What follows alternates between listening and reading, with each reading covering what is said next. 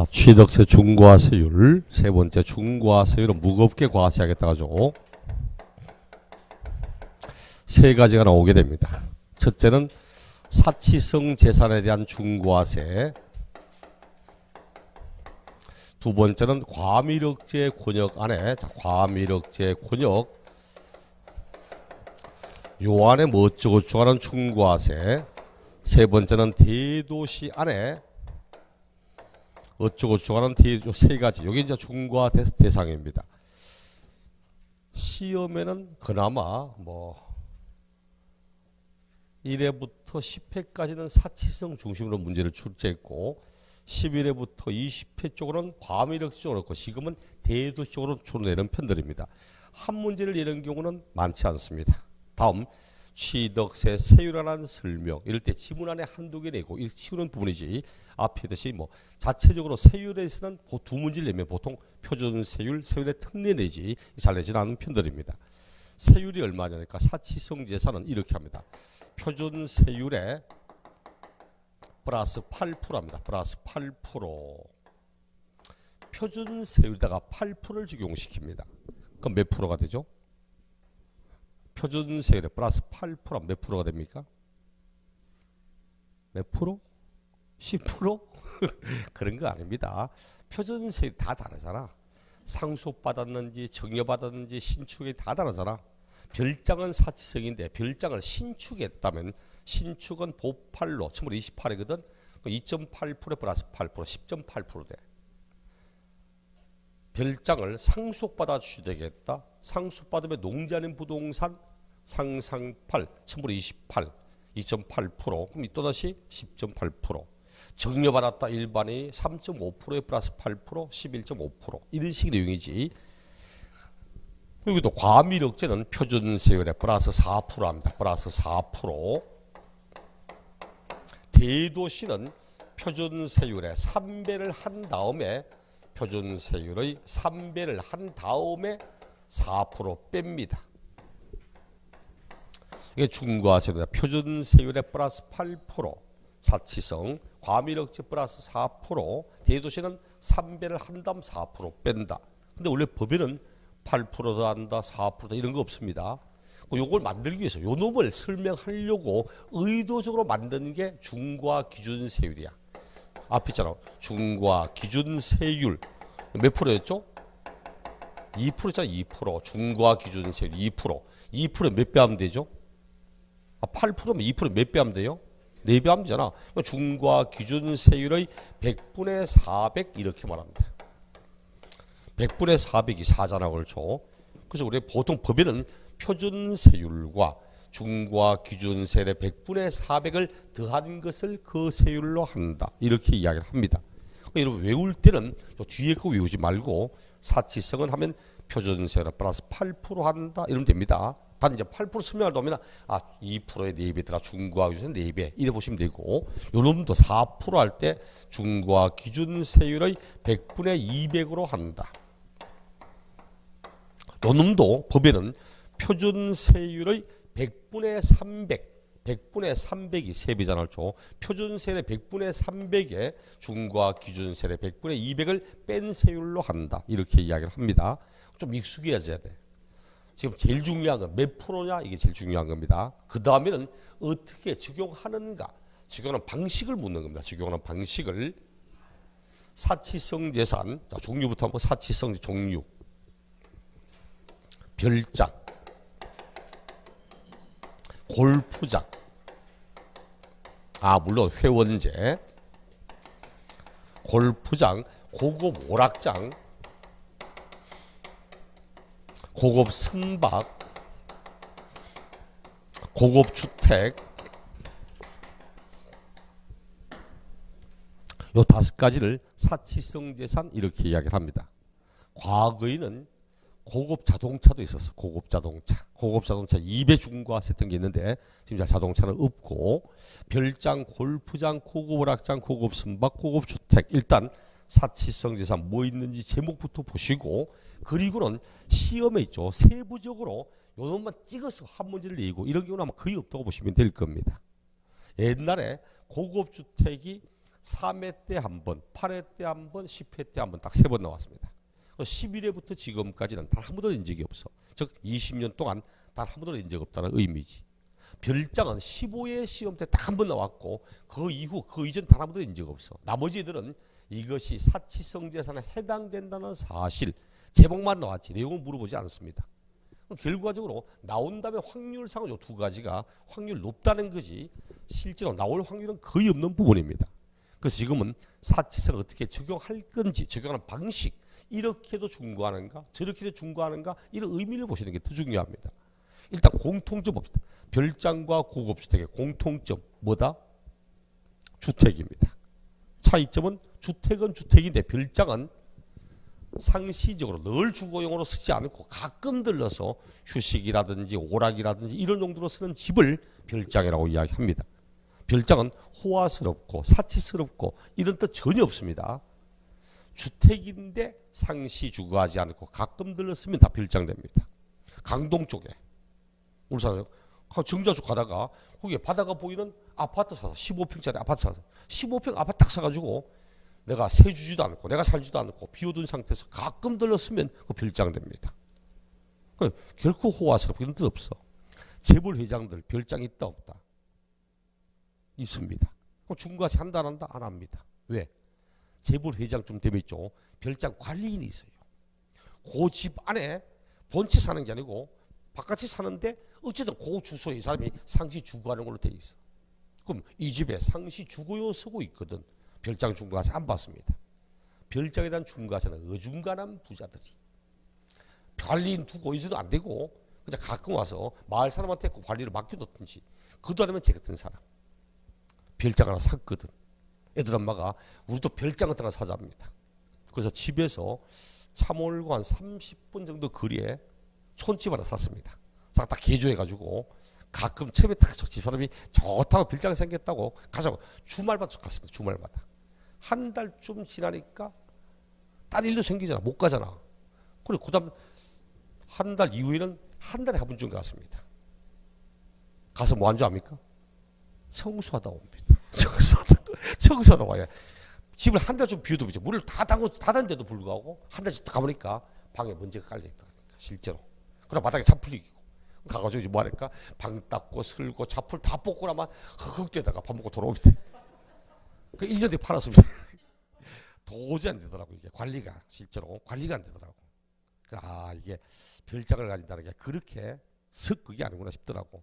차라리 진짜 재벌처럼 딱 놔두고 가든지 아니면 아파트 사가지고 꼭 묶어놓든지 이거 아니면 좀 문제가 있더라고. 어쨌든 이런 별장 차이점은 상시 주거용으로 쓰지 않는 집이고 이는 상시 주거용으로 쓰긴 쓰는데 법이 정하는 일정 이상의 가액이나 면적 등이 초과되는 걸 고급주택 이렇게 이야기를 합니다. 자 그럼 이제부터 어떻게 적용할 거냐는 거지. 자 예를 들어 고급 오락장 빠칭코장이라든지 특수 오락장이라든지 특수 목욕탕이라든지 특수 유흥주점이라든지 이런 것들을 의미합니다. 가봤습니까? 고급 오락장. 카지노? 오 그렇구나. 가보셨어요? 안 가봤습니까? 단 한 번도? 양심에 손 올리고 진짜 단 한 번도 안 가봤어요? 응? 서서히 정체가 드러나기 시작한다 그렇죠? 입에 침 바르고 진짜 나이트클럽도 고급 오락장입니다. 한 번도 안 가봤어요? 가봤죠? 안면 있는데 안면 있는데 웨이트한테 손끌려가 잡혀온 기억이 있는데 어쨌든 이런 내용이 이제 고급 오락장이죠. 어쨌든 고급 오락장인데 근데 고급 오락장에 토지는 갑이 취되겠습니다. 고급 오락장에 건물은 을이 취되겠습니다. 토지와 건물을 구분 취되겠습니다. 중과세 한다 안 한다? 중과세 한다 안 한다? 응? 합니까 안 합니까? 합니다. 왜? 대한민국은 토지와 건물은 각각 독립부동산이거든. 만약 이걸 중과세 하지 않는다? 이렇게 토지 건물을 따로따로 치면 중과세 안 한다면 토지는 내 이름으로 사고 건물은 애들 엄마 이름 사면 되잖아. 그럼 토지와 건물 구분 취되겠잖아. 그럼 중과세 안 하겠네. 그럼 누가 중과세 적용받습니까? 아, 혼자 사는 사람이 내하고 내 동생 사면 되지 그럼 또. 이런 식의 문제가 되거든. 그래 앞으로 여러분이죠. 어떤 방식으로 취득했다고 말하든 핵심은 사치성을 취득했다는 게 핵심입니다. 지방세는 물세입니다. 물세는 사용되는 물건의 용도를 보는 거지 취득하는 자 인적상을 보는 게 아닙니다. 취득한 물건이 그런 용도로 취득되면 중과한다고 이야기하시면 됩니다. 그래서 반드시 토지와 건물을 구분 취득했다고 하든 공유로 취득했다고 하든 한꺼번에 취득하지 않고 시차를 두고 취득했다고 하든 어떤 식이든 사치성을 취득했다는 말이 나오면 무조건 중과세 한다. 이래 보시면 됩니다. 또다시 이런 경우 취득했습니다. 고급 오락장인데 나이트클럽이 있었다. 옛날에 건물 꼭대기에 나이트클럽 참 많이 했어. 호텔 꼭대기 같은데 나이트클럽인데 지금은 자꾸 지하로 파고들더라고. 나이트클럽 이름 뭡니까?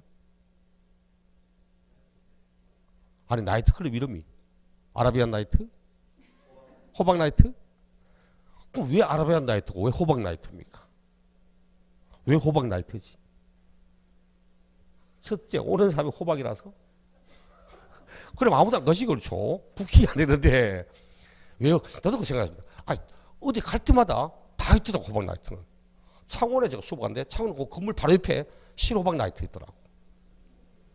대우가도 호박 나이트 있더라고. 부산 가도 호박 나이트더라고. 호박 나이트가 전국 다 있더라고. 이런 호박 같은 것들이 왜 이러지? 집에 가서 생각하죠. 왜 이럴까네. 아 신데렐라가 떠오더라니까. 조금 일하다가 무도 일리는 그때 진짜 갈 게 없잖아. 근데 생지가 와서 호박을 가지고 마차를 만들어요. 그 호박을 타고 마차를 타고 가서 무도장 갔다가 왕자 만나잖아. 그래서 호박 나이트 아닐까. 내 생각이 그래. 어쨌든 그렇죠. 아, 가장 핵심적인 추도로 맞잖아. 그렇죠. 어쨌든 이런 식의 내용이야. 그럼 내가 분명히 무도장인데 나이트클럽 취득했어. 난 나이트클럽 취득했는데 고급 오락장이 아닌 다른 용도로 쓰려고. 나는 레스토랑 가려고 취득했거든. 그럼에도 불구하고 고급 오락장을 취득했기 때문에 무조건 중과세? 이래 말하면 얘들이 무슨 해병대도 아니고 아니 한 번 해병, 영원한 해병 이런 거 아니잖아. 그리고 우리 법은 비록 고급 주택, 고급 오락장에 해당되는 부동산을 취득했다고 해도 이것이 아닌 다른 용도로 살려고 취득했다면 중과세하지 않습니다. 단 다른 용도로 하려고 취득한 건지 이 용도로 쓰려고 취득한 건지 알 수 없잖아. 그럼 드러내야 돼. 언제까지? 60일 안에. 취득한 날부터 60일 안에 다른 용도로 사용하든지 다른 용도로 사용하려고 용도변경 공사에 착공하면 중과세를 적용하지 않겠다. 이런 이야기도 있습니다. 또다시 이런 거. 제가 방금 말한 게 실제 시험에 거의 나오는 핵심적 부분이야. 어떻게 적용할 건지를 묻는 거지. 그럼 나는 별장을 취득했어. 바닷가에. 바닷가에 별장을 취득했는데 외국 영화 보니까 아니 이게 바닷가 쪽에 딱 집이 있고 뒷문 여니까 막보러 해변에 쫙 모래사장 나오면서 바닷가 막 있더라고. 이걸 샀는데 간만에 외국 영화 보면 담장이 없어요. 담장이. 건물 신발 딱 있고 담장이 없더라니까. 그럼 중과세는 별장용 건물만 중과하는 게 아니고 부속 토지도 중과세 해야 되는데 경계가 없잖아. 어디까지가 부속토지인지 알 수가 없잖아.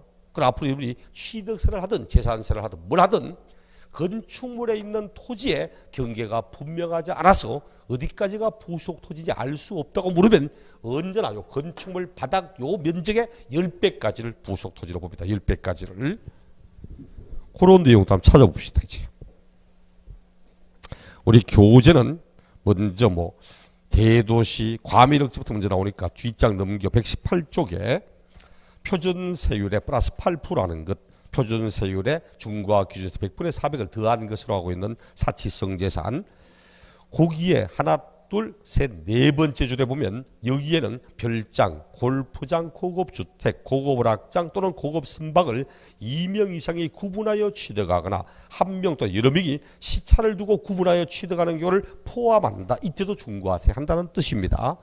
반드시 핵심은 사치성을 끝에 취득했다는 게 핵심이지 어떻게 취득했냐, 한 사람이 취득했냐, 구분 취득했냐, 한꺼번에 취득했냐 이게 중요한 게 아니라는 이야기야.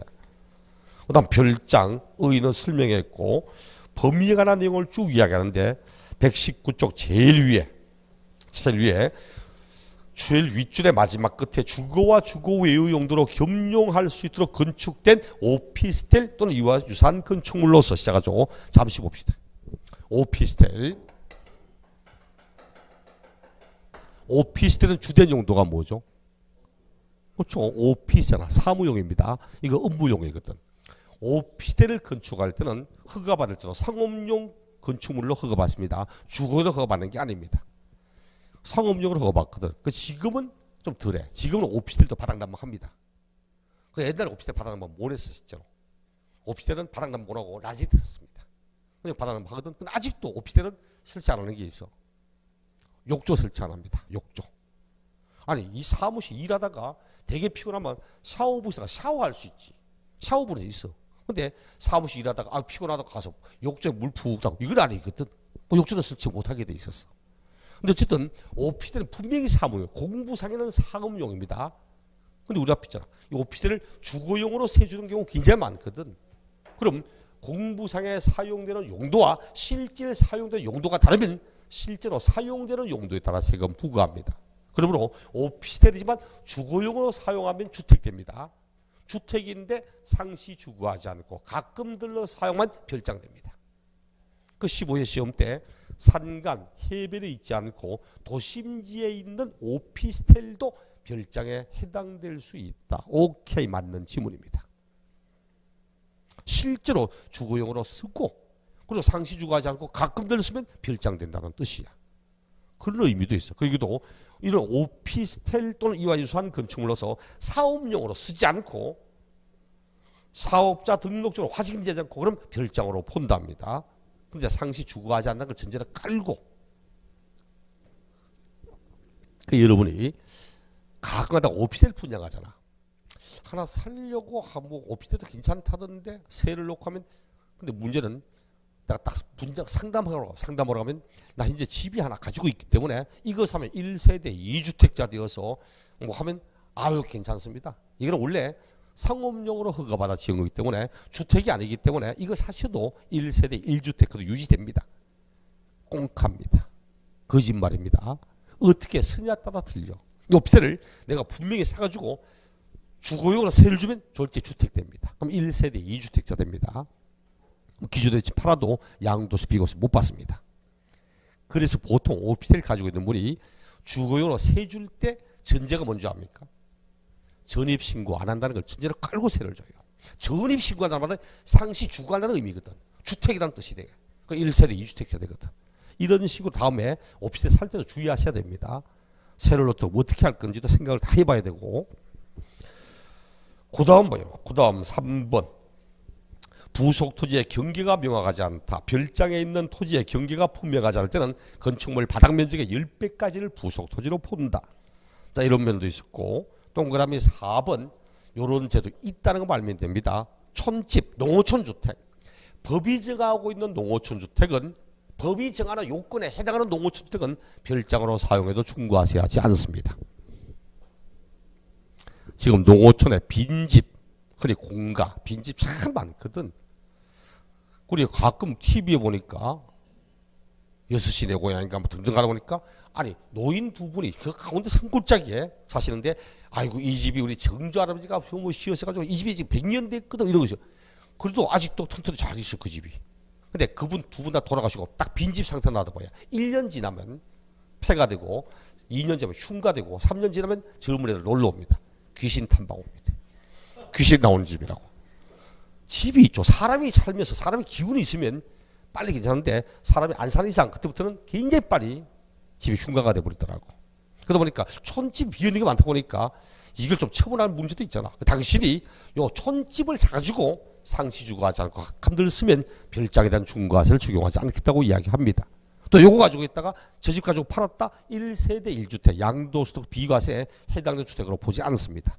여전히 1주택으로 봅니다. 이런 여러 가지 제도가 있습니다. 다음에 여러분이 별장 사고자 한다. 그럴 때 요걸 보셔야 돼.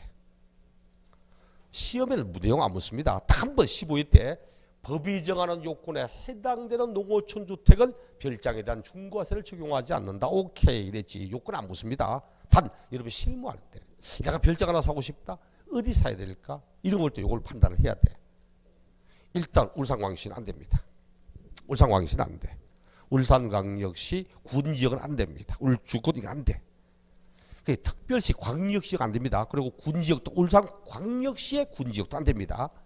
그다음 그것이 아닌 지역인데 도시지역 안도 안 됩니다. 허가구역도 안 됩니다. 등등등 이런 것처럼 그 요건 딱 있기 때문에 그 요건만 피하면 돼.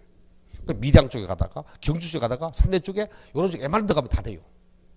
그래서 가격도 시가 시대 6,500만 원이기 때문에 실질적으로 하면 뭐 토지금을 합쳐서 한 1억 얼마 정도는 괜찮습니다.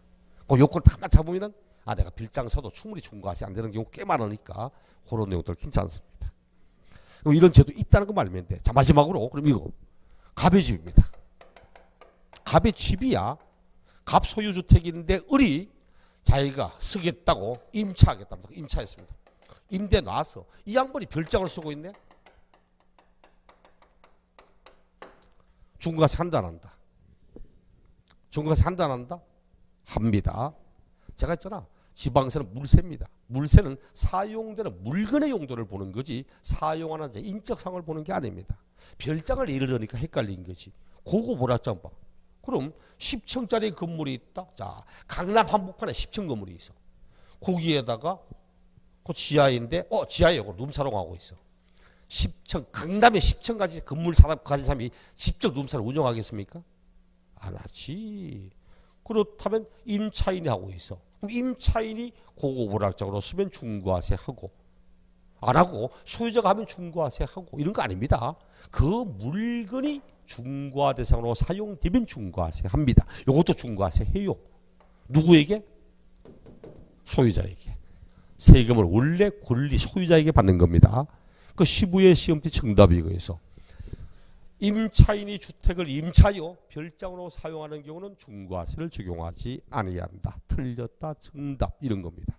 그건 앞으로 항상 누가 쓰는가 어떻게 취득했는가가 중요합니다. 취득가 물건이 중과 대상에 해당된다. 중과 물건을 사용하고 있다. 그럼 다 중과세 한다고 그런 이야기를 하는 겁니다. 그러니까 시험에도 그런 내용들 하나의 의미보다도 그럼 어떻게 적용할까? 이렇게도 중과할까? 저렇게 중과할까? 이걸 더 많이 내는 편들입니다. 그다음 뭐 골프장 됐고 고급오락장 됐고 뒷장 뭐 고급오락장 뭐 등등등 부속 토지 경계가 분명하지 않다. 120쪽 위에 동그라미 4번 중과에 세외되는 경우 앞에 있죠. 고급오락장 건축물을 취득한 날부터 30일 이내에 30일 안에 이렇게 말하고 고급주택도 똑같이 하는데 요거 수정합니다. 30일이라고 원래 개정됐습니다. 60일입니다. 60일. 취득할 때는 고급주택, 고급오락장이었지만 60일 안에 다른 용도로 사용하든지 다른 용도로 사용하려고 용도 변경 공사에 착공한다면 중과세를 적용하지 않습니다. 60일 안에 합니다. 이제는 30일이 아니고 고급주택도 그래. 고급주택도 똑같이 고급주택 해놓고 여기에도 똑같이 뭐 부속토지 경계가 분명하지 않으면 바닥 면적의 10배까지를 부속토지로 본다. 뭐 이런 이야기도 있고 그 다음 뒷장 넘겨 122쪽에 중과에서 제외되는 경우 이것도 60일입니다. 분명히 고급주택을 취득했지만 취득하는 부터 60일 안에 다른 용도로 사용하거나 하면 중과세를 적용하지 않겠다. 원래 개정된 거라서 옛날에 있죠. 참 쉬워요. 개정대가 너무너무 쉬워졌어. 옛날에 취득세는 60일 안에 한다는 것도 3개 있고 30일 안에 한다는 것도 3개 있는데 원래 30일짜리가 다 60일 다 개정됐어. 앞으로 취득세 나오면 며칠 안에 합니까? 뭐 무조건 60일 안에 하면 다 맞아 이제. 세율 적용 방법, 그 세율 적용 방법에는 1번과 3번과 그리고 6번 볼 겁니다. 1번, 3번, 6번. 3번과 6번은 같은 내용입니다.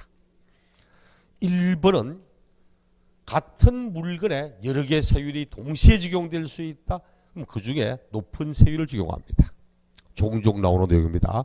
동일한 취득 물건에 둘 이상의 세율이 같이 적용될 수 있다면 그 중에 높은 세율을 적용하도록 하고 있습니다. 그 다음 3번과 6번은 같은 내용이야. 3번은 뭐예요? 토지와 건축물을 취득한 날부터 5년 이내에 해당 토지나 건축물이 다음의 어느 하나에 해당된다. 그 1번이 과밀억제 중과세고 2번이 사치성 중과세입니다. 근데 6번 취득한 부동산이 부동산을 취득한 날부터 5년 안에 표준 세율의 100분의 300에서 중과 100분의 200을 뺀 세율 요거거든. 즉 3번은 이겁니다. 5년 안에 이렇게 됐답니다. 자, 7판 5년 안에 이렇게 됐답니다. 6번은 5년 안에 이렇게 됐답니다. 그 말은 부동산 취득하고 5년 안에 중과 대상으로 바뀌었다는 뜻입니다. 다 합치면 3번 6번 합치면 5년 안에 중과 대상 바뀌었다는 거지. 그럼 처음에 취득할 때는 중과 대상 2단이다. 처음에 취득할 때는 중과 대상 2단이다? 아니다 그렇죠. 부동산을 취득했는데 중과 대상 아닙니다. 중과 대상이 아니야. 표준 세율 대상입니다. 근데 이를 취득하고서 5년 안에 이렇게 취득했던 게 취득한 이후에 중과 대상으로 바뀌게 되는 겁니다. 이럴 때 우리 법은 어떻게 할까? 처음부터 중과 대상을 취득한 것처럼 해당되는 중과세를 그대로 적용하여 세액을 산출한 다음 앞에 낸 세금을 뺀 나머지를 추징하도록 되어 있습니다. 이런 제도 나오는 이유는 만약 이런 게 없다면 어떻게 돼요? 이런 게 없다면 그럼 나는 처음에 통영 아파트가 보이는 또 아파트 18평 사서 18평 샀다. 왜? 별장으로 하려고. 근데 별장으로 하면 문제가 돼. 2억 주고 샀다. 2억 주고 샀는데 표준 세율을 적용하면 6억 원 이하의 주택 세율은 1%거든. 2억 곱하기 1% 얼마나 하면 돼요? 200만 원 되면 됩니다. 2억에 1% 200만 원 되면 돼. 근데 별장으로 하려고 취득했습니다. 별장으로 하려고 취득했다. 2억 곱하기 표준 세율에 플러스 8% 298 1800만 원이야. 그냥 일반적인 주택으로 쓰려고 하면 취득세 200 되면 되는데 별장으로 하려고 취득하면 1800만 원 내야 됩니다. 어마어마한 차이잖아. 9배 차이 나잖아. 이러니까 세부담 되게 많은 거야. 그럼 어떡할까? 18평 사서 단기 임대를 줍니다. 단기 임대로. 6개월 단기 임대 18평 아파트인데 한 달에 5만 원만 받을게. 6개월간 30만 원 받고 6개월 설합니다. 좋지. 쓰면 되지. 그 6개월 딱 지나니까 이 사람 나가니까 그때부터 별장으로 서는 거야. 그러면서 하는 말이 처음에 취득할 땐 별장 아니었잖아. 중과세 못하지? 이래 말하면 어느 놈이 중과됩니까?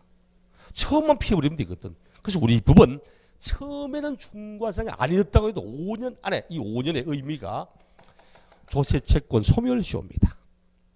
채권자의 채권이 소멸되기 전에 이렇게 바뀌면 처음부터 중과 대상으로 쓰려고 취득했지만 세부담이 많아서 아닌 것처럼 했다가 자신의 정체를 드러낸 거야. 문제는 아직까지 채권자의 채권이 소멸된 게 아니거든. 채권자 권리가 살아있거든. 그래서 처음부터 중과세를 취득한 것처럼 해당되는 중과세를 적용한 다음 앞에 납부한 세금 200만 원 요 금액을 뺀 나머지 1600만 원을 추징하겠답니다. 추징한다. 근데 뺍니다. 이미 납부한 세금을 빼줘요. 근데 이 양반이 200만 원인데 신고 안 했습니다. 신고 안 해서 가산세 20% 40만 원 붙었어. 그럼 요 40만 원도 빼줍니까? 40만 원도 빼줘요? 이미 납부한 세금 할 때 40만 원도 빼줍니까? 안 빼주지. 가산세는 벌칙인데 세법상 의무를 이행하지 않기 때문에 벌칙인데 벌칙마저 빼줘버리면 벌칙 없다 이런 의미가 되거든. 그 우리 이미 납부한 세금을 공제하되 괄호 가산세는 제외. 가산세는 공제한 세금에 포함될 수 없다. 이게 21회 시험 때 괄호 가산세 포함 틀렸다 정답 이래가는 겁니다. 그 의미를 잘 보셔야 돼. 5년 안에 몇 년 안에? 5년 안에 중과 대상이 되면 처음부터 중과 대상을 취득한 것처럼 해당되는 중과세를 적용해 세액을 산출한 다음 산출한 세금을 60일 안에 신고 납부해야 됩니다. 이것도 작년까지는 30일 안에 신고 납부했는데 이제는 이것도 중과상 아니었던 게 중과상 되면 중과상 된 날부터 60일 안에 신고 납부 이렇게 사용을 합니다. 이게 이제 사치성 등에 대한 중과세고 그다음 과밀억제와 대도시 보겠습니다. 과밀억제와 대도시 다시 116쪽 돌아가서 표준세율의 중과 기준세율의 100분의 200을 합한 세율 요거 표준세율의 중과 기준세율의 100분의 200을 합한 과밀억제 권역 요겁니다. 과밀억제 권역 두 가지가 있습니다. 간단하게 봅시다. 이것도 진짜 깊이 있게 문제되고 안 하니까 간단하기만. 과밀억제 권역에 관련된 거 딱 두 가지가 있어. 1번 과밀억제 권역 요 안에 법인의 본점 또는 주사무소, 사업용 부동산 이를 신축하고 증축할 때 중과세 합니다. 얘는 제목밖에 없어. 제목밖에. 우리 교재도 양가로 1번 수도권 정비계획법 제6조에 따른 과밀억제 권역 안에서 대통령령으로 정하는 본점이나 주사무소, 사업용 부동산. 근데 사업용 부동산인데 괄호 그 본점, 주사무소용으로 신축하거나 증축하는 건축물과 그 부속 토지만 해당된다고. 이겁니다. 결과적으로 이거야. 과밀억제 권역 안에 법인의 본점, 주사무소, 사업용 부동산을 신정축하는 경우에 한해서 이렇게 하니까 신정축. 이거 제목밖에 없습니다. 조금 꼼꼼하게 따지면 어쨌든 과밀억제 권역은 수도권 지역을 말합니다. 수도권 정비계획법 규정에 따른 과밀억제 권역, 수도권 쪽으로 인구가 과밀되고 수도권 쪽으로 경제력이 집중되고 하는 걸 막기 위해서 과밀되는 걸 억제하는 권역, 수도권 지역입니다. 그 수도권 안에 법인의 본점, 주사무소, 이때 법인은 영리법인을 말합니까? 비영리를 포함하겠습니까? 영리법인을 대상으로 하겠습니까? 비영리법인을 포함해서 하겠습니까? 비영리를 포함합니다. 칠판에 비영리 포함된다는 말이 있다 없다? 있습니다. 아니 아무리 봐도 없는데 우리 상법에 보면 있죠. 상법에는 본점은 영리법인의 주된 사무소를 본점이라고 부릅니다. 비영리법인의 주된 사무소는 주사무소라고 부릅니다. 결국 본점 또 주사무소는 영리법인 또는 비영리법인 이런 뜻이야. 그럼 앞으로 여러분이 어떤 조세를 하든 중과세 대상의 법인 이럴 때는 반드시 비영리를 포함한다고 하면 됩니다. 비영리를 포함해서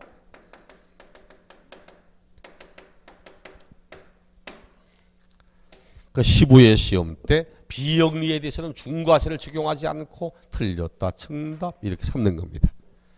그리고 나머지 봅시다. 나머지는 다 본점 주사무소가 중과세 대상이지 지점용, 분사무소, 영업소, 출장소, 대리점 이거 중과하지 않습니다. 사업용 부동산을 중과하지 비사업용은 중과하지 않습니다. 그리고 요거 신축하고 증축할 때 중과하셔야지 승계 취득은 중과하지 않습니다.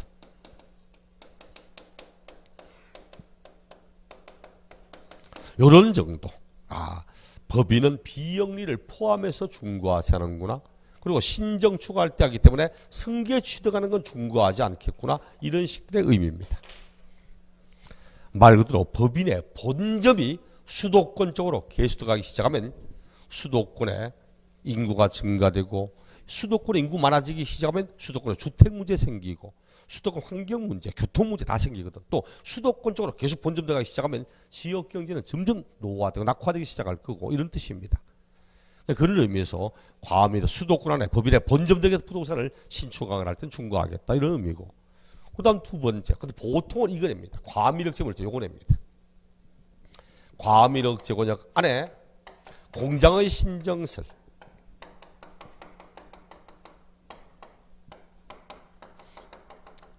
근데 보통 과밀억제 문제를 출제하면 이걸 내는 편들입니다. 요건 조금 꼼꼼하게 수도권 지역을 말한다.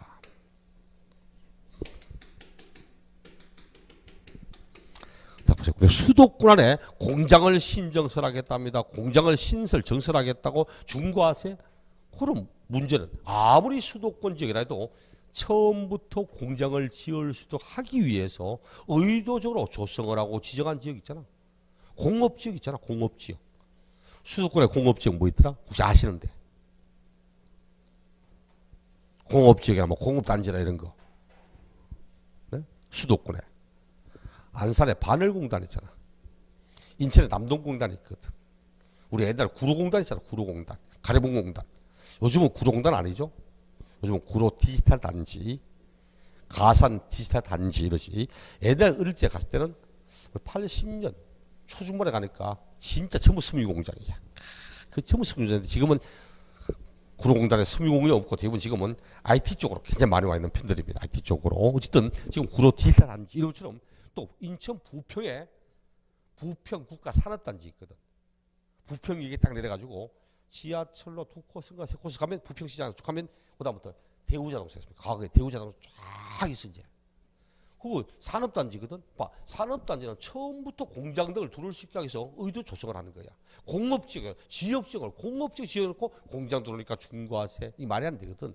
그래서 아무리 수도권이라 해도 단 산업단지라든지 유치지역이라든지 공업지역이라든지 이런 지역 등은 당연히 중과세하지 않습니다. 요 중과세 제외.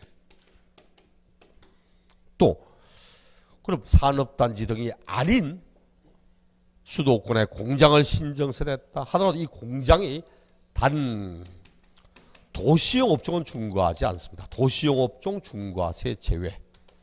도시민들의 생활에 꼭 필요한 도시형 업종의 공장에 대해서는 중과세 적용하지 않습니다. 아니 공장이면 왜 공업지역 안에 산업단지 안에 들어가지? 아니 그 변조소는 변조소 만들어야 돼. 한국전력에서 변조소 만들어야 되는데 이 변조소가 반드시 산업단지 공업지역에 갑니까? 주거지 한복판에 있을 수도 있는데 필요한 위치에 있잖아. 필요한 위치에 있어야지 산업단지 안에만 공업지역 안에만 변조소가 오고 이런 거 아니거든. 그래서 이런 도시형 업종에 대해서는 중과세를 적용하지 않습니다. 신정설한다? 아니 신설 정설하는 그럼 가내수공업처럼 진짜 인부 두세 명 데리고 그 주택가 한복판에서 장갑 짜고 있는 공장이라든지 아니면 진짜 형제가 둘이 앉아가 나사 깎고 있는 이런 작은 가내수공업 단막재를 의미는 안 하거든. 적어도 일정 규모 이상에 되어서 수도권 인구가 집중되고 경제력이 집중될 수 있는 일정 규모 이상의 공장을 막자는 뜻이지 영세한 공장에 다 막아버리자는 의미는 아닙니다. 그래서 신설할 때는 적어도 500제곱미터 이상 좀 더 말하면 이 500제곱미터 안에는 생산, 판매 등과 관련된 면적만을 말하지 공장 안에 자기 식당, 구내 식당, 휴게실, 탈의실, 샤워실, 노래방 등등 있어 종업원의 후생 복리를 위한 시설이라거나 또는 일정 면적 되니까 직장 예비구로 졌어가지고 무기고, 대피고, 탄약고 이건 다 빼고 실질 생산 판매가 이루어지는 그 면적만 합쳐 500제곱미터 이상 말합니다. 정설한다 한 뼘의 땅이라도 증가하면 중과하는가? 그렇지 않고 적어도 330제곱미터를 초과하여서 증가하든지 또는 20% 이상을 증가시킨다든지 이럴 때 중과세 합니다. 8회 시험 때는 요 면적을 틀리게 해서 330을 초과하는 공장을 신설하면 중과세하고 아니거든. 신설은 500이지 330 정설 면적이거든. 신정설 면적을 뒤바꿔낸 게 이게 8회 때 문제였고 12회 때는 도시형 업종도 중과한다고 틀리게 냈고 14회 때는 광역시 지역에 틀려서 벌써 인천광역시 빼고는 나머지 광역시는 아무 관계 없습니다. 근데 광역시 지역에 해놓고는 그래도 혹시나 또 못 찾을까 싶어서 광역시의 공업지역 안에 공장을 신설하고 틀렸다 정답. 이게 8회 때, 이게 12회 때, 이게 14회 때. 내는 거 요 세 개밖에 없습니다. 어느 지역이냐? 단 여기는 제외한다. 공장 단 도시업종 제외한다. 면적. 딱 이렇게 보시면 됩니다. 그럼 어떤 걸 중과하냐고? 이럴 때 공장용 건축물과 부속 토지, 공장용 건축물과 부속 토지에 대하여 그리고 공장을 신정설한 날부터 5년 안에 취득하는 차량과 기기 장비에 대하여 요 네 가지가 이제 중과세됩니다. 참고 굳이 나는 내 머리에 메모리 용량이 부족한데 많이 오도 괜찮습니다. 참고적으로 보시면 됩니다. 참고 삼아서 시험에 내면 거의 딱 요 세 가지일 거니까 요래 보시고 요건 참고적으로 보시면 돼. 왜? 대도시하고 비교하려고. 대도시 안에 시작하죠. 대도시가 어디일까? 대도시. 그럼 과밀억제는 수도권 지역이고 이건 수도권이고 이건 대도시랍니다. 그럼 과밀억제 권역 수도권 지역이 좀 더 넓은 지역입니까? 대도시가 좀 더 포괄적 넓은 지역입니까? 예? 왜? 대도시하면 울산은 대도시도 아니다. 울산은 대도시도 아니다. 네? 울산 대도시도 아니다 그래.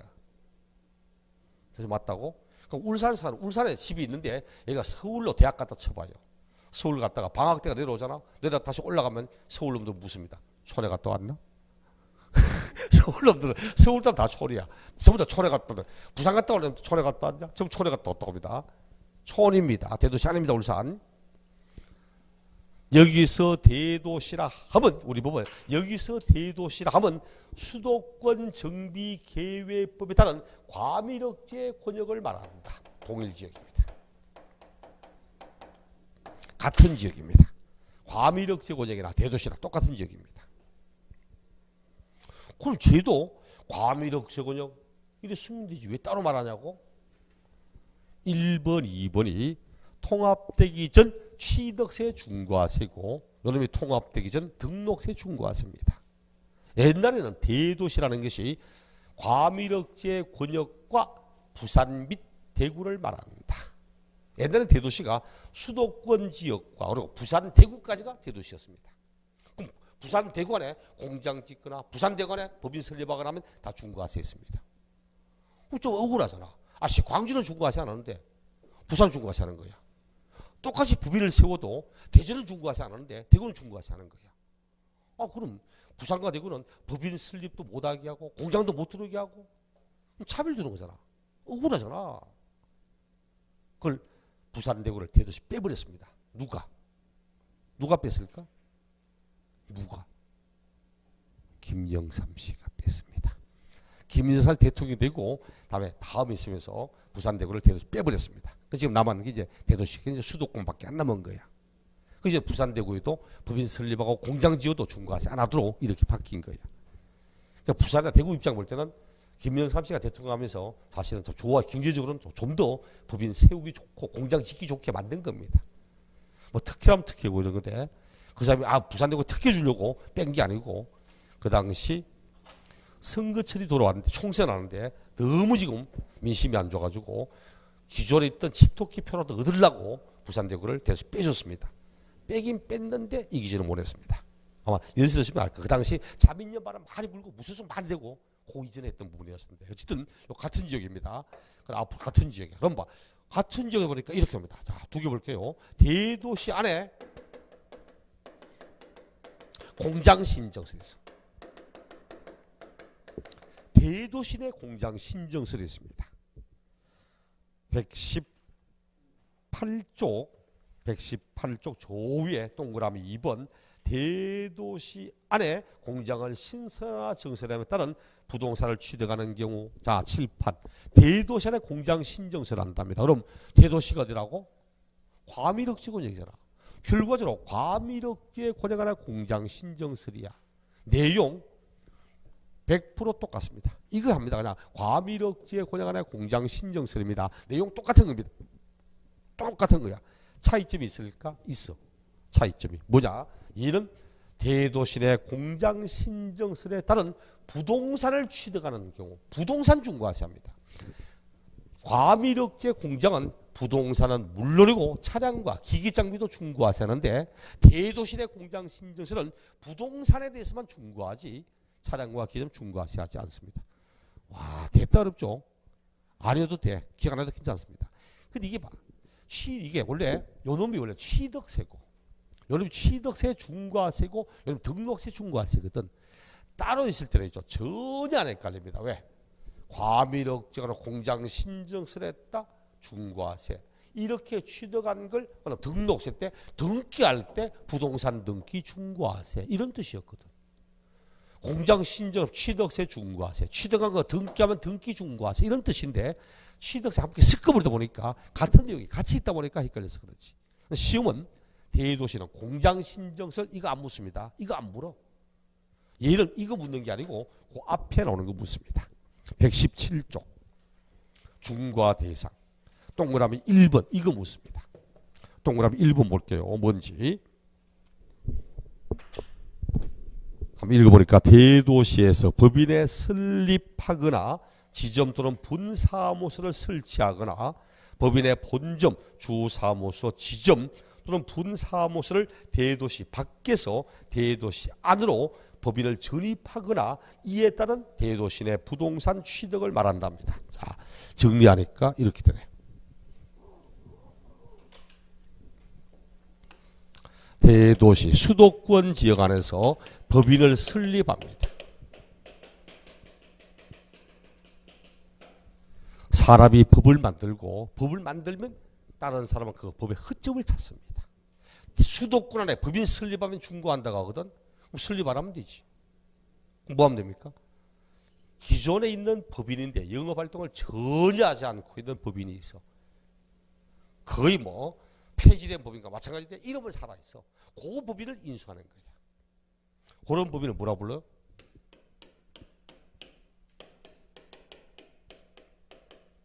휴면법이라고. 휴면법. 실휴자 잘면자입니다.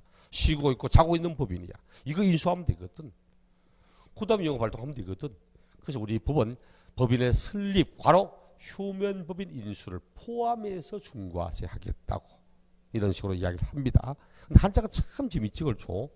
나무 목자가 있고 그 옆에 사람이 있어. 사람 인자. 나무 옆에 사람이 있으니까 쉬는 거야 이제.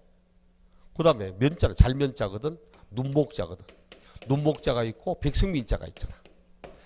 백성의 눈은 자는 겁니다. 그래 옛날에 한자 만든 사람 얼마나 참 백성을 천하게 봤어. 백성의 눈은 자는 거하고 똑같습니다. 아무것도 못 보거든. 못 보니까 우리 마음대로 해서 가만히 관계 없어. 무시하고 사는 거야. 백성이 쳐다본다. 봐라 뭐 백성이 뭔데 자꾸 놈 새끼들 잃어보는 거야. 그게 한자가 잘면자입니다. 자, 얼마나 백성을 무시했습니까? 어쨌든 대도시 내 법인을 설립합니다. 또 대도시 안에 법인의 지점이라든지 분사무소 설치합니다. 대도시 밖에 있는 법인이었는데 대도시 안으로 법인을 전입합니다. 보세요. 전부 수도권에 있습니다. 수도권 안에 법인을 설립한다. 수도권 안에 지점 등을 설치한다. 수도권 밖에 있는 법인이었는데 수도권 안으로 법인을 전입하고 있다. 단 같은 수도권 안에 법인을 움직여 상관없는데 서울이 아닌 곳에서 만약 서울로 법인을 옮기면 그때는 대도시 안으로 전입으로 보아 똑같이 중과세합니다. 이런 식으로. 자, 그럼 대도시 안에 설립한다, 지점 등을 설치한다, 법인을 전입할 때 부동산 취득하면 중과하겠다는데 무조건 중과하자는가? 그게 아니야. 두 가지로 딱 나누어서 1번, 그 밑에 이제 기억. 해당 법인 또는 행자부령으로 정하는 사무소, 사업장이 설립, 설치, 전입 이전에 밑줄 쫙 꺼서 설립 등을 하기 이전에 취득하는 것은 어떤 걸 중과하느냐 하니까 본점, 주사무소, 점, 분사무소 용도로 직접 사용하기 위해서 취득하는 것을 중과세합니다. 설립하고 지점 등을 설치하고 법인을 전입하고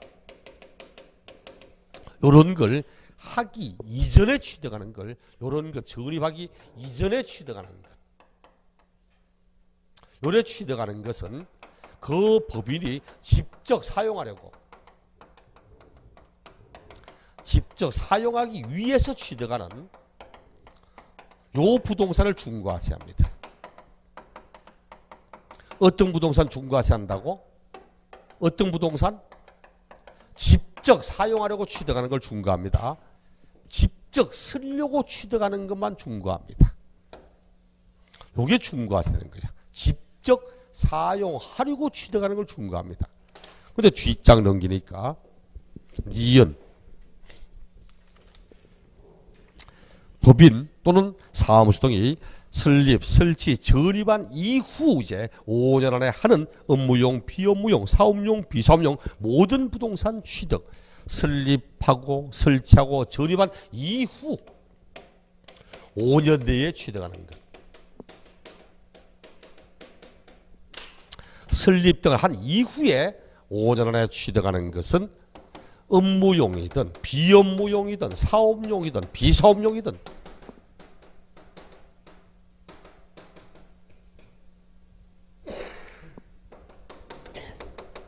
이런 거 구분 없이 모든 부동산 다 중과세합니다.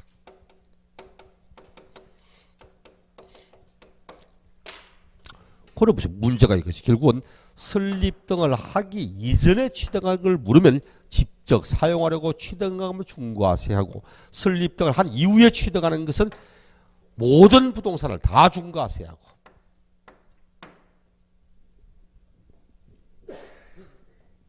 마지막 핵심은 중과세 제외입니다. 자, 이거 보세요. 대도시 수도권 지역이다. 단 산업단지 안에서는 중과하지 않습니다. 산업단지 내에서는 중과세 제외합니다. 산업단지 안에서는 중과세를 적용하지 않겠다. 그리고 법인, 이 법인이 단 대도시 중과 제외 대상 법인, 중과 제외 대상의 법인, 이를 땐 중과세하지 않습니다. 대도시 중과 제외 대상 법인이 있습니다. 쉽게 말하면 도시형 법인입니다. 도시형 업종이에요. 대도시에서, 우리 법에서 대도시 안에 있지만 중과 제외하고 있는 대상의 법인이 있어요. 예를 들어 여기 수도권 지역 안에 지점이나 분사무소를 설치하고 직접 서류고 취득하는 것도 중과하고, 그럼 판교 신도시를 만들어 놓고 분당 신도시 만들어 놓고 은행 지점조차도 설치하려고 부동산 취득하니까 중과세. 병원 큰 거 차려도 중과세. 그럼 도시민들은 어떻게 합니까? 은행 지점도 설치 못하게 하고 안 하잖아요. 도시민들이 꼭 필요한 이런 업종일 때는 중과세를 적용하지 않습니다. 마지막으로 요 부동산이 어떤 부동산인가? 교재 나올 겁니다. 제외할 때, 제외 대상 118쪽 중과 제외 1번 사원주거용 목적 부동산. 그 법인이 자기 법인의 사원들에게 분양하거나 임대할 목적으로 쓰는 한구의 전용 면적 60제곱미터 이하의 이런 공동주택, 사원주거용 목적 공동주택 전용 면적 60제곱미터 이하, 요건 중과하지 않습니다. 자기 법인의 사원들에게 분양하거나 임대할 목적으로 취득하는 소규모 공동주택은 중과세를 적용하지 않습니다. 그리고 2번 대도시 중과 제외업종, 이거 중과하지 않겠다고 이렇게 말하죠. 나중에 가면 있죠. 제가 진짜 이제 9월쯤 가면 혹시나 싶어서 더 세부적이게 할 겁니다. 우리 교재 나오지 않지만 나는 그럼 이런 목적으로 사원주거용 목적 쓴다고 공동주택이 공동주택이 있는데 왜 취득했냐니까 사원주거용 목적 공동주택이랍니다. 중과세 안 하거든. 근데 3개월 지나고 6개월 지나고 1년 지나고 2년 지나고 3년 지나도 사원주거용 목적으로 안 쓰는 거야. 다른 사람한테 세를 놓고 법인이 월상사하고 있는 거야. 임대장사하고 있어. 사원주거로 안 씁니까? 하니까 쓴다고. 안 쓰시잖아. 기다려보라고. 언제든지 쓰겠지. 이런 문제가 돼. 우리 법은 아무리 사원주거용이다, 도시용 목적이다 이래 말해도 취득하고 1년 안에 만약 그 용도로 쓰지 않으면 1년 안에 저런 목적으로 쓰지 않으면 다시 추적해서 중과세 합니다. 그럼 나는 머리 없습니까? 우리 법이라거든. 1년 이내에 그 용도로 쓰지 않거나 다른 용도로 쓰면 중과한다고 하니까 1년 되기 바로 전날 그 목적으로 씁니다. 이제 바로 전날. 양심을 있는지 하루는 더 쓰고 그리고 또 다른 용도로 쓰는 거야. 이제 1년 안에 그 용도로 썼잖아. 이래 말하면 할 말이 없어. 두 번째, 1년 안에 그 용도로 쓰지 않거나 또 직접 사용했다 해도 직접적으로 사용한 기간이 2년이 되지 않은 상태에서 팔거나 다른 용도로 쓰면 추징해서 중과하겠다. 이래 다 있습니다. 이거. 근데 지금까지는 요거. 대도시 중과 제외 대상 업종 중과하지 않는다. 이게 아마 작년인가 저작년 시험에 요것도 중과세 한다. 틀렸다. 정답. 그 앞에 27회 시험 때는 사원주거 목적 공동주택도 중과세 한다. 틀렸다. 정답.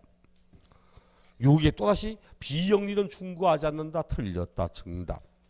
산업단지 중과하지 않는다. 오케이. 맞다. 12회. 이런 식으로 얘들은 기본 핵심이 뭐냐니까 이런 설립 등을 하기 이전에 하는 것과 이후에 하는 걸 구분하자는 것과 그 다음 중과 제외되는 것 이거 구분하는 게 핵심입니다. 대도시 안에서는. 요까지가 우리 세율, 중과 세율, 사치성, 대도시 그리고 과밀억 제고적을 받고 123쪽 비과세. 비과세 보니까 첫째 국가 등에 따른 비과세 나오죠. 국가 등에 따른 비과세. 양가를 일본은 뭐 거의 상식입니다. 국가가 취득하는 것, 지자체가 취득하는 것, 주한 국제기구가, 주한 외국 정부가 이래 취득하는 것은 과세하지 않습니다. 단 외국 정부에 대해서는 상호주의를 적용합니다. 대한민국 정부의 취득에 대하여 취득세를 받고 있는 외국 정부가 있다? 그럼 좀 그렇잖아요. 우리나라가 일본에 가서 주1 한국 대상을 하려고 부동산 취득인데 일본의 취득세를 받아 우리나라한테. 우리 어떻게 해야 됩니까? 네? 착하네. 나는 100배 중과세랍니다. 100배 중과세. 옛날부터 은혜는 내가 은혜를 받았다. 어디 색입니까? 은혜는 물의 색입니다. 흘러가면 잊어버리고 가니까 은혜는 물의 색이고 왼수는 돌의 색입니다. 절대 안 잊어버리게. 돌의 색이고 은혜는 2배로 갚고 왼수는 100배로 갚습니다. 철저하게. 그래야만 나한테 해코지 안 하지. 어쨌든 외국 정부에 대해서는 상호주의입니다. 그래서 대한민국 정부의 취득에 대하여 과세하고 있는 외국 정부 이것도 과세합니다. 이건 상식이고 됐고 양가로 2번 요게 문제지. 국가 지자체에 귀속한다. 국가 지자체 기부 체납한다. 이걸 조건으로 취득하는 것은 과세하지 않습니다. 그까지는 상식 맞잖아. 그렇죠? 그까지 상식입니다. 내가 울산시에 산삼동에 지금은 무슨 동이야? 이름이? 삼산입니까? 봐라. 삼산이잖아. 옛날에 삼산 요즘은 그 산삼이야. 산삼처럼 됐습니다. 삼산동에 옛날 제가 울산 살 때는 산삼동 진짜 밭이고 그랬었는데 과외하러 갈 때 삼산동 지나가지고 SK 아파트 과외하러 갔었는데 SK 그쪽에 부장님 집에 애가 고3에 갔었거든요. 과외하러 갔었습니다. 제가 옛날에 울산 결혼하기 전에 울산 살았거든. 모 여중에 내가 사회선생님 했었는데 기억만 해도 요즘도 우리 애들 찾아옵니다. 모 여중에 사회선생 하다가 정교제 때문에 쫓겨나가지고 그래 결국 학원을 돌아다니기 시작했는데 나중에 복직이 된다고 하기에 복직을 해보니까 임금 차이가 너무 나더라고. 지금 학원 있다 보니까 너무 경이 좋아서 받는 돈이 월 한 2천만 원씩 받는데 학교 가니까 월 300만 원 준다는 거야. 안 돼 같으면 안 돼 같으면 지금 생각해 더 갈 걸. 가늘고 길게 살 걸. 그 생각 더 많이 들었다. 어쨌든 그때 산삼이 참 어리셨대. 어쨌든 산삼동이 있죠. 요 삼산동에다가 10층 건물 사봐. 10층짜리 건물 사놓고 울산시청가 사는 말이 왜 취득한 줄 아느냐? 왜? 울산시에 기부하려고 샀다고. 울산시에 기증하려고. 딱 한마디 하면 취득세 안 됩니다. 국가 지자체 기부 체납한다고 국가 등에 귀속시키겠다고 이걸 조건으로 취득 과세 안 해요. 그럼 담당 공무원 뭐랍니까? 10층 건물 저기 삼산동 사놓고 울산시에 기부하려고 샀다? 담당 공무원 뭐라고 하죠? 말 안 합니다. 손가락만 돌립니다. 그래서 가게도 설명해줘. 나가시다가 왼쪽편에 보면은 꽃집이 있거든요. 가시가 꽃 하나 사가지고 귀에 꼭 가시라고. 이거 비과세입니다. 단 문제는 뭐냐니까. 거의 핵심이 그야. 단서가 핵심이야. 모든 지방세 문제 핵심은 단서입니다. 단서. 아무리 국가 등에 기부 체납하기로 했다 해도 다음에는 과세합니다. 1번 국가 등의 귀속 등의 조건을 이행하지 않고 타인에게 팔거나 정리하거나 또는 귀속하지 않는다는 걸로 조건이 바뀐다거나 이거는 상식이지. 귀속한다는 걸 조건으로 취득인데 귀속하지 않거나 귀속하지 않는 걸로 조건 바뀌면 과세합니다. 그거보다는 그 뒤에 동그라미 2번 별표. 요 단서는 이제 좀 그래. 앞에 동그라미 1번 단서는 누구든지 쉽게 알 수 있거든. 근데 동그라미 2번은 국가 등의 귀속 등의 반대급부로 국가 등이 소유하고 있는 부동산 및 사회 기반 시설을 무상으로 양려받거나, 요것도 참 쉽네. 울산시에 요거 부동산에가 기부할게요. 고맙습니다. 그러니까 그런데 요걸 기부하는 대신 울산시가 저쪽에 가지고 있는 토지가 있던데, 시유지, 저거 놔주면 안 되냐고. 이게 기부하는 겁니까? 교환하자는 거지. 그 국가 지자체 등이 가지고 있는 그 부동산을 무상으로 양려, 무상으로 달랍니다. 그럼 교환입니다. 이거는 비과세 안 돼. 근데 이보다 더 어려운 말이 기부 체납 대상물에 무상 사용권을 제공받는답니다. 이 말이 좀 어렵지. 기부 체납 대상물에 무상 사용권을 제공받고 있다. 삼산동의 부동산을, 건물을 울산시에 기부할게. 대신 소유권을 울산시에 넘겨주되 앞으로 요 건물의 모든 사용 수익은 내가 다 하겠답니다. 그것도 임대료도 안 내고 공짜로. 그럼 명의만 넘겨줬지 모든 실제 소유권은 내가 다 행사하거든. 이건 비과세 안 됩니다. 그래서 앞에 작년 말고 그 앞에 비과세 문제가 요거 국가 등에 귀속하고서 그 기부 부동산의 무상 양료, 무상 사용권을 제공받은 경우 취득세는 과세하지 않고 틀렸습니다. 이거는 과세합니다. 요 단서를 내는 거야. 나머지 단서를 내다 보면 누가 봐도 읽으면 다 알겠거든. 그러니까 읽어봐도 헷갈리는 거지. 읽어봐도 금방 귀속을 조건으로 하는데 귀속하지 않는 걸로 바뀌고 이런 말하면 금방 압니다. 이 말은 좀 어렵거든. 요걸 내더라고. 그 다음 3번 신탁재산의 취득. 반드시 신탁법에 따라서 신탁 등기를 병행하는 신탁입니다. 신탁 등기를 병행하는, 그럼 신탁 등기, 소유권 이전 등기 하지만 이전의 원리를 신탁이라고 딱 명시하자라고 그렇죠. 누가 봐도 실질 권리 이전 아는 게 다 알고 있어. 그냥 믿고 맡긴 거지 준 게 아니거든. 그럼 볼까요? 가배재산, 가배재산 위탁자.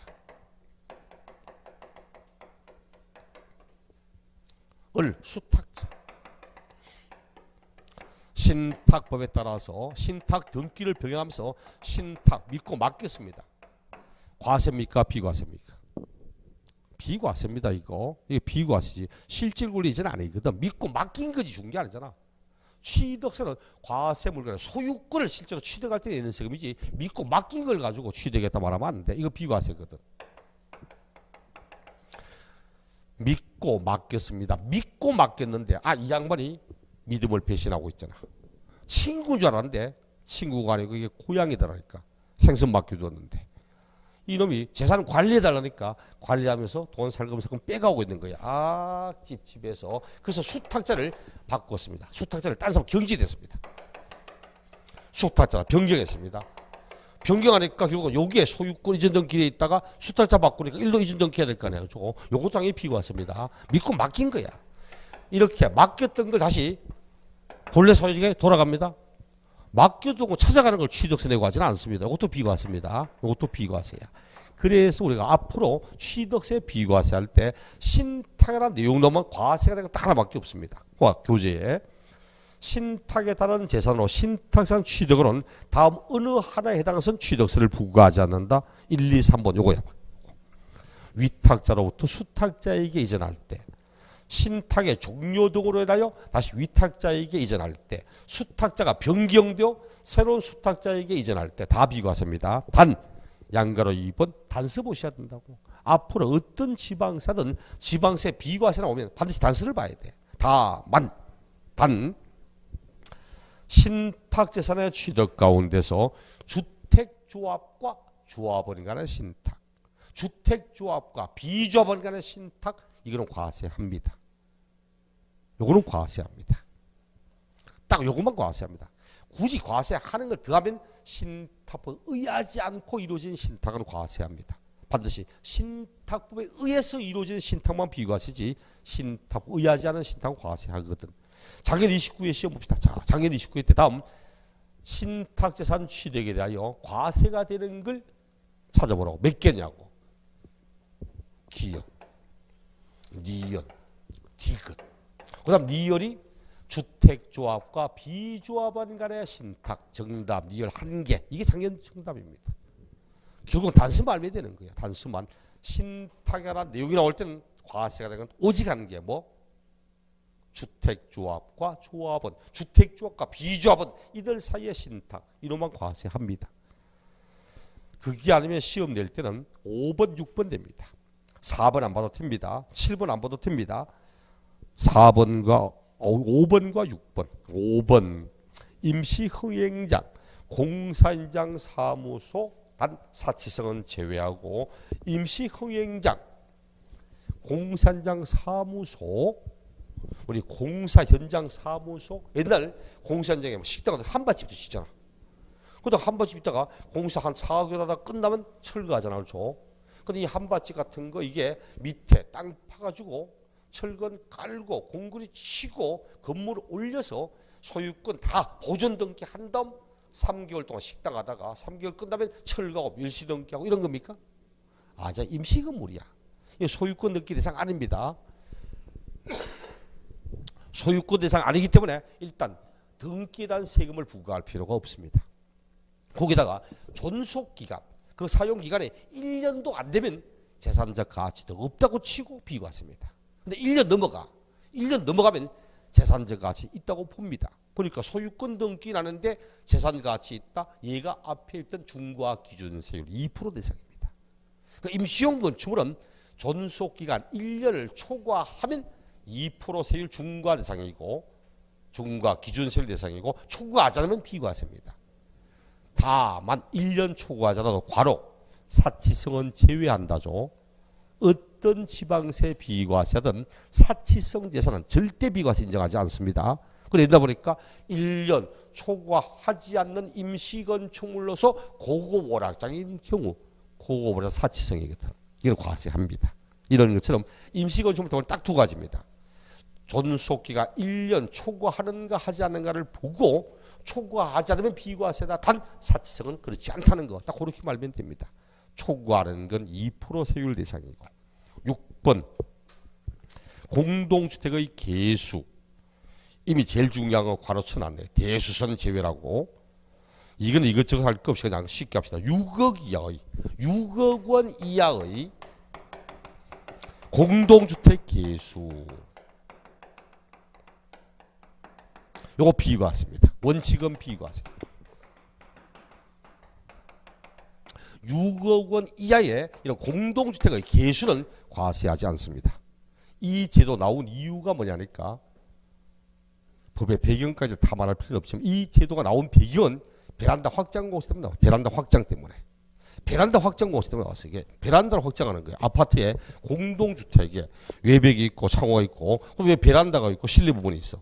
문제는 이 베란다 부분, 요 부분이 옛날이죠. 이게 내력의 역할을 했습니다. 이게 건축구조가 많이 발전 못해서 요것도 건물의 위에 하중을 받치는 내력벽을 그렇게 했어요. 이게 철거가 큰일 났습니다. 옛날에는. 그래서 점점점 건축식이 발전하면서 이게 없어도 밖에 있는 명만에도 하력이 하중을 다 받치고 있거든. 이거 없어도 돼. 그것도 놔뒀어. 왜? 창호 기술이 발전을 못해가지고. 창호 기술이 발전 못했기 때문에 이거 없는 상태 밖에 있는 유창만 하면 바람 들어요. 한 개 다 들어옵니다. 10개 다 들어와. 창호 기술이 부족해서. 근데 지금 창호 기술도 굉장히 발전했거든. 지금 밖에 있는 창만 해도 외벽에 있는 한 개를 이렇게 다 막아주거든. 그러니까 이거 없어도 돼 이제. 문제는 요거는 원래 서비스 면적이잖아. 이거 서비스 면적이지. 이거 전용 면적 아닙니다. 이거 서비스 면적이. 이거 철거하는 순간 전용 면적이 확대돼요. 그럼 건축물의 정축 개수를 통하여 건축물의 면적이 증가돼. 이거 원시치도 과세해야 됩니다. 신고해야 됩니다. 원래 할 때는. 근데 아무도 신고 안 해. 베란다 확장한다고 아무도 신고 안 합니다. 우리 집도. 근데 내가 알아서 했습니다. 아는 인터넷 좀 불러가지고 탁 틀고 세워냈습니다. 이사가 보니까 이게 베란다 있더라고. 틀어 뿌고 바닥 새로 깔고 벽에다가 새로 인터넷 다 하고 새로 들어갔습니다. 아무도 신고 안 해. 불법입니다. 여기서 불법이라면 부처님의 말을 말하는 게 아닙니다. 이 불법이거든. 근데 못 잡아내잖아. 왜? 나만 한 게 옆집도 앞집 다 있는데 전국에 있는 사람들이 한 사람 얼마나 많은데 아무도 못 잡아내. 신고 안 하고 했다고 해서. 그 문제 있는 거야. 불법인데 잡아내지는 못하고 건축의 하중 건축의 구조상 아무 문제가 없고 내가 알기로는 그 건축 담당 공무원도 저 집도 지가 알아서 그냥 했을 겁니다. 문제가 있다. 차라리 합법화시키자. 이런 의미에서 6억 원 이하의 이런 단순 공동주택, 단순 개수는 과세 안 하겠답니다. 단 대수수는 문제야. 대수는 뭐라 했죠? 대수는 지붕이나 벽이나 보나 기둥이나처럼 건축물의 주요 구조부 손대는 거야. 이거는 함부로 손대면 안 되거든. 왜? 건축물의 하중과 관련된 부분이거든. 그래서 단 대수는 제외하고 이렇게 합니다. 문제 내면 착한 사람은 숫자 6억 고칠 거고 보통은 6억 이하의 공동주택의 대개수 괄호 대수선 포함 이래가 만들지 대수선은 제외한다는 거 그런 게 핵심입니다. 그러니까 비과세는 작년에 신탁 가지고 하나 냈지 참 제가 볼 때 참 문제가 엉뚱한 거예요. 작년에 신탁 가지고 냈지만 보통은 앞에 국가 등에 따른 비과세 할 때 국가 등에 귀속한다 해도 귀속하는 대신 다른 부동산을 양려받거나 무상사용권을 받거나 그거내든지 아니면 5번 6번이든지 이게 대부분이다. 이런 정도 가지고 내는 게 거의 대부분입니다. 125쪽 취득세 부과와 징수 다음 시간에 이거 일요일이네. 일요일 10시부터 5시까지 해서 취득세 끝날 거고 재산세 끝날 거고 그리고 소득세 양도세 앞부분 할 겁니다. 1, 2월 달은 중요한 세금 취득 재산 양도소득세 세 가지를 중심으로 볼 거라서 다음 시간에 일요일 날 취득세 뭐 요거는 남은 거 한 30분 끝나니까 재산세 한 3시간 반 정도 끝나고 그럼 앞에 양도소득세 앞부분 넘어가고 이렇게 해서 하고 다음 주 남아있는 마지막 주에 양도세 나머지를 하고 이렇게 할 겁니다. 수고하셨습니다.